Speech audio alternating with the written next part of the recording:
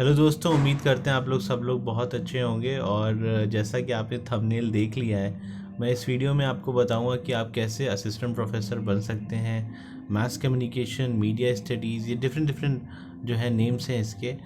तो मैं इसमें आपको पूरे स्टेप्स बताऊंगा कि आप कैसे मास कम्युनिकेशन के असिस्टेंट प्रोफेसर बन सकते हैं। शुरुआत से लेकर आखिर तक इस वीडियो को देखिएगा, क्योंकि अगर आपने एक भी पॉइंट इसमें मिस कर दिया तो शायद आप पूरी वीडियो को मिस कर लें।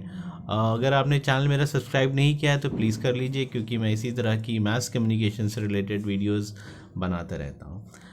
मान लेते हैं कि आप ग्रेजुएशन में हैं या फिर आप मास्टर्स कर रहे हैं मास कम्युनिकेशन में, और आप अपने आप को एज अ टीचर देखना चाह रहे हैं, करियर अपना टीचिंग में बनाना चाहते हैं। तो मैं आपको बताना चाहूँगा ये डिसीजन आपका बहुत अच्छा डिसीजन है। उसका सबसे बड़ा रीज़न ये है कि देश के कॉलेज और यूनिवर्सिटीज़ में ज़्यादातर में मास कम्युनिकेशन या मीडिया स्टडीज़ लॉन्च कर दिया गया है। तो ये खबर आप लोग के लिए अच्छी है। और जहाँ नहीं लॉन्च किया हुआ है वहाँ पे धीरे धीरे करके इंट्रोडक्शन इस सब्जेक्ट का हो रहा है। अब ऐसे में जब ये सब्जेक्ट लॉन्च किया जा रहा है या फिर इंक्लूड किया जा रहा है करिकुलम में, तो ज़रूरत इस बात की है कि टैलेंटेड लोगों को आप इंक्लूड करें अपने यूनिवर्सिटी या कॉलेज में एज अ टीचर या एज अ असिस्टेंट प्रोफेसर। तो ऐसे में ये जानना बहुत ज़रूरी है कि मिनिमम रिक्वायरमेंट के अगर बारे में मैं बात करूं, जैसा कि मैंने बताया आपको कि हो सकता है आप ग्रेजुएशन कर रहे हो मास कम्युनिकेशन में या फिर आप मास्टर्स कर रहे हो, तो ये जानना आपके लिए ज़रूरी है कि मिनिमम क्वालिफिकेशन क्या है असिस्टेंट प्रोफेसर बनने के लिए।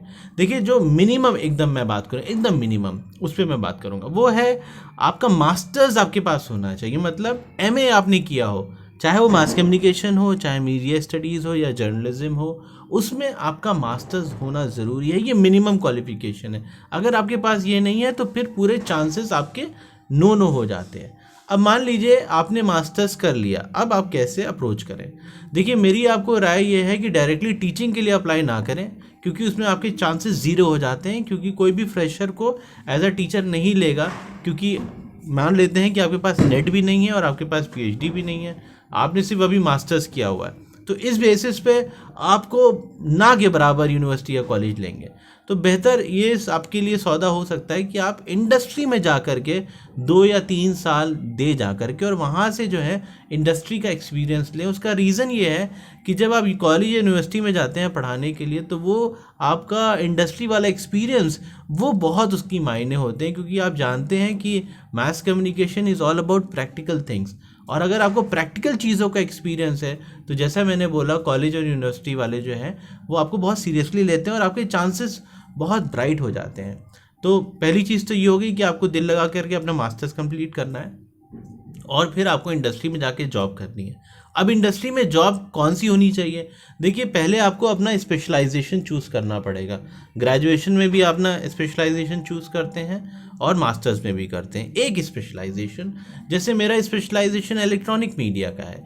इलेक्ट्रॉनिक मीडिया में भी मेरी एक्सपर्टीज़ है न्यूज़ एंकरिंग की, न्यूज़ रिपोर्टिंग की, रेडियो जॉकी, ये सारी मेरी एक्सपर्टीज़ है। तो अगर मुझसे कोई पूछेगा कि आपके स्पेशलाइजेशन किस में है, तो मैं उनको ये चीज़ बोल दूंगा और उसी स्पेशलाइजेशन के इर्द गिर्द ही मुझसे सवाल पूछा जाएगा। क्योंकि मास कम्युनिकेशन तो एक बहुत बड़ी फील्ड है। उसमें आपका एडवर्टीजमेंट भी आता है, PR भी आता है, मॉडल्स ऑफ कम्युनिकेशन भी आते हैं, ठीक है, कन्वर्जेंट भी आता है। तो बहुत बड़ी फील्ड है ये, लेकिन आपको उस फील्ड में से अपना स्पेशलाइजेशन चूज़ करना ज़रूरी है। जैसे मैंने बोला कि आप स्पेशलाइजेशन जो है वो पब्लिक रिलेशंस को भी चूज़ कर सकते हैं। इलेक्ट्रॉनिक मीडिया मैंने बता ही दिया है आपको, एडवर्टीजमेंट हो सकता है। तो ये आपको स्पेशलाइजेशन चूज़ करके ही इंडस्ट्री में कदम रखना है। वो इंडस्ट्री आपकी पब्लिक रिलेशंस फर्म भी हो सकती है, न्यूज़ चैनल भी हो सकता है, वेब पोर्टल भी हो सकते हैं, ठीक है। ये सारी इंडस्ट्री में आप जो है जाके काम कर सकते हैं।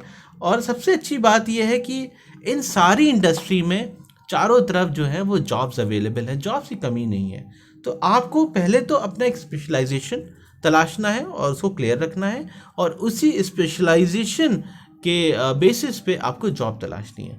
अपना 1 2 3 साल जो है लग करके काम करना है वहाँ पे, और उसी के साथ साथ जब आप जॉब आप कर रहे हैं, उसी के साथ साथ आपको जो है वो यूनिवर्सिटी या कॉलेज में अप्लाई करना है। बेस्ट टाइम जो अप्लाई करने का है वो है आपका अप्रैल, मई, जून। ये 3 महीना जो है वो काफ़ी वैकेंसीज निकलती हैं, क्योंकि जुलाई और अगस्त से नया सेशन शुरू होता है।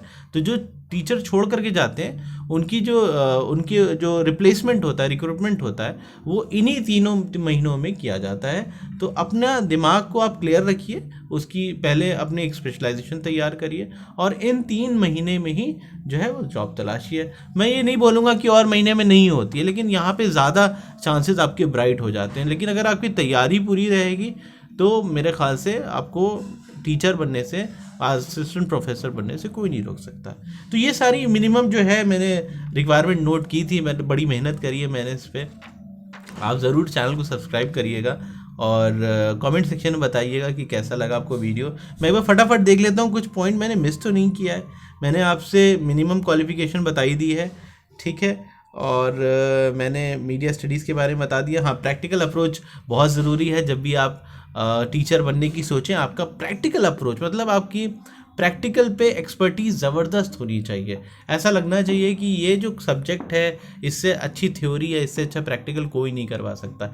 एक अपनी एक्सपर्टीज़, स्पेशलाइजेशन रखिए। जैसा कि मैंने बोला शुरुआत में, वो न्यूज़ एंकरिंग हो सकती है, वो मोबाइल जर्नलिज्म हो सकता है, वो पब्लिक रिलेशंस हो सकता है। फिल्म मेकिंग एक बहुत नई चीज़ है जो आ रही है, और है तो पुरानी चीज़, लेकिन अब ज़्यादा लोग उसमें उसको ग्लैमराइज कर दिया है। तो फिल्म मेकिंग भी धीरे धीरे जो है लोग इसमें इंटरेस्ट हो रहे हैं। तो आप भी अपना देख सकते हैं कि किस में आपका इंटरेस्ट है।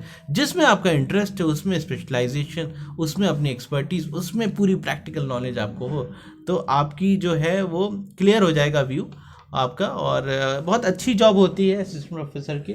टीचिंग तो वैसे ही बहुत नोबल प्रोफेशन माना जाता है, पैसे भी अच्छे मिलते हैं, लाइफ भी अच्छी होती है। तो धीरे धीरे आप अपने आप को एज अ टीचर जो है वो इसमें आगे बढ़ते हैं। उम्मीद करते हैं ये आपको वीडियो अच्छा लगा होगा। नेक्स्ट वीडियो आप किस पे देखना चाहेंगे ज़रूर बताइए। Thank you very much for watching this video.